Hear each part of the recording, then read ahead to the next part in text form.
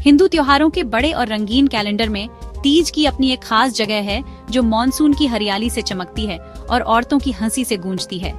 ये सिर्फ कैलेंडर की एक तारीख नहीं है, बल्कि एक एहसास है, एक ऐसा अनुभव जो भारत के कल्चर और स्पिरिचुअल ताने बाने में गहराई से बुना हुआ है, खासकर नॉर्दर्न और वेस्टर्न स्टेट्स में। ये त्योहार ज्यादातर औरतों के लिए एक सेलिब्रेशन है। वे शादी के पवित्र रिश्ते का सम्मान करती हैं, अपने पतियों की भलाई और लंबी उम्र के लिए प्रार्थना करती हैं। यह तीज कुदरत और इंसान के तालमेल का जश्न है।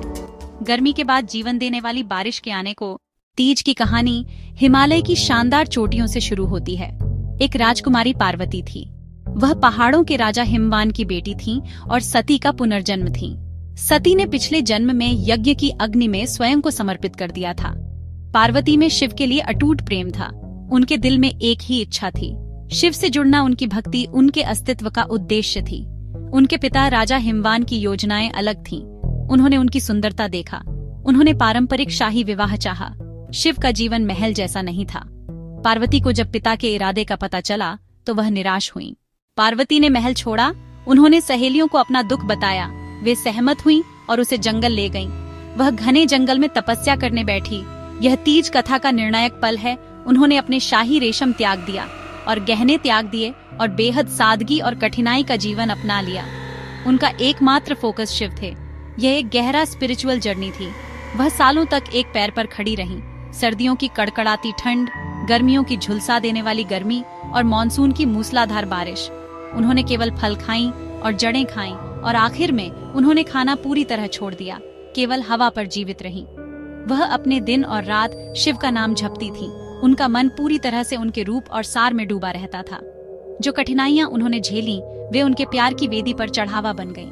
उनका शरीर कमजोर हो गया, लेकिन उनकी आत्मा हर गुजरते दिन के साथ मजबूत होती गई। स्वर्ग में देवता पार्वती की अविश्वसनीय तपस्या को विस्मय और चिंता से देखते थे।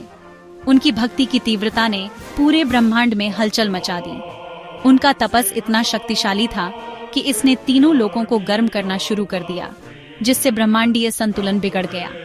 वे शिव के पास पहुंचे, जो अभी भी अपनी गहरी समाधि में थे, और उनसे पार्वती के प्रयासों को स्वीकार करने की विनती की। उन्होंने अपने संकल्प की गहराई और ईमानदारी को आखिरी बार परखने का फैसला किया। एक युवा ब्राह्मण ब्रह्मचारी के वेश में पार्वती के पास पहुंचे और शिव के बारे में बुरा भला कहने लगे। उन्होंने उन्हें एक घृणित बेघर आवारा बताया, पर पार्वती ने उनका जोरदार बचाव किया। गुस्से में ब्राह्मण को जाने के लिए कहा और अपने प्यारे भगवान के खिलाफ एक और शब्द सुनने से इनकार कर दिया।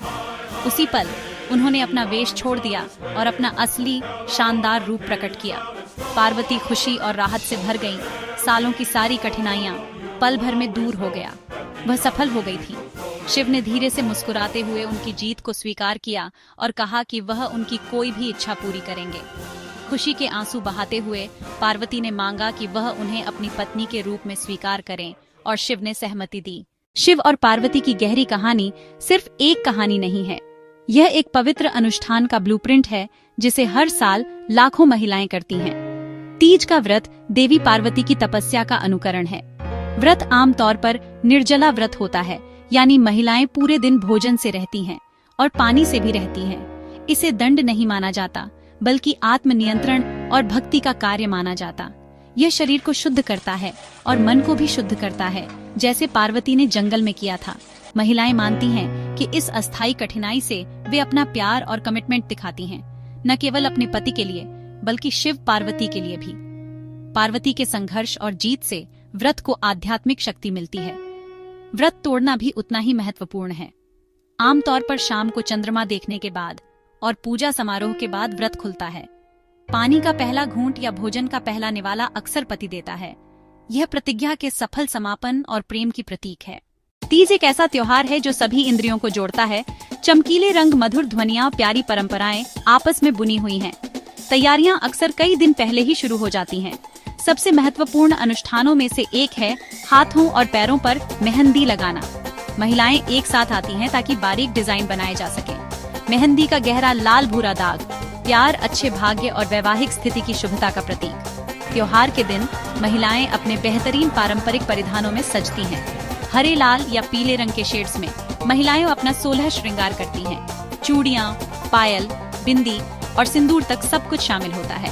ये सजने संवरने का कार्य केवल सौंदर्य सुख के लिए नहीं है, ये उनकी स्त्रीत्व और वैवाहिक स्थिति का उत्सव है, देवी पार्वती का सम्मान करने का तरीका है। पारंपरिक लोकगीत जिन्हें तीज गीत के नाम से जाना जाता है, एक साथ गाए जाते हैं। शायद तीज का सबसे प्रतिष्ठित और जॉयफुल कस्टम झूलना है।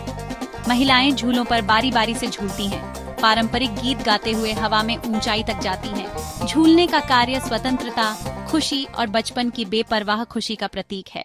हमारी तेजी से बदलती मॉडर्न दुनिया में जहां परंपराओं पर अक्सर सवाल उठाए जाते हैं और उन्हें फिर से परिभाषित किया जाता है, तीज का त्योहार कई लोगों के दिलों में एक गहरा महत्व रखता है। इसके टिकाऊपन, प्यार, विश्वास और पारिवारिक बंधनों की पवित्रता के बारे में इसके सरल लेकिन शक्तिशाली संदेश में निहित है। जबकि महिलाओं के जीवन का संदर्भ नाटकीय रूप से विकसित हुआ है, एक प्यार भरे सहायक पार्टनरशिप की मूल मानवीय इच्छा कालातीत बनी हुई है।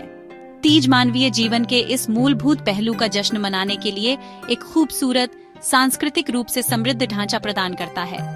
यह रुकने, सोचने और किसी के जीवन के सबसे महत्वपूर्ण रिश्तों को सक्रिय रूप से पोषित करने का एक वार्षिक अवसर है। Visual emphasis. Husband water on fire Parvati की कहानी निष्क्रिय प्रतीक्षा की नहीं है, बल्कि सक्रिय, दृढ़ पीछा की है। यह सिखाता है कि सच्चा प्यार और सार्थक रिश्तों को प्रयास, त्याग और अटूट कमिटमेंट की आवश्यकता होती है। तीज सामाजिक और पारिवारिक संबंधों को मजबूत करने में महत्वपूर्ण भूमिका निभाता है। जब सासें और बहुएं अनुष्ठान साझा करती हैं और जब महिलाएं अपनी सहेलियों और पड़ोसियों से जुड़ती हैं, माता पिता के घर से विवाहित डॉज को उपहार या सिंदूर भेजने की परंपरा उसके जन्म के परिवार के साथ उसके संबंध को मजबूत करती है। यह सामूहिक उत्सव स्थायी यादें बनाता है और सांस्कृतिक ताने बाने को मजबूत करता है, जो पीढ़ियों को एक साथ बांधता है। अंत में तीज सिर्फ उपवास और दावत का दिन नहीं है, यह जीवन का एक जीवंत उत्सव है।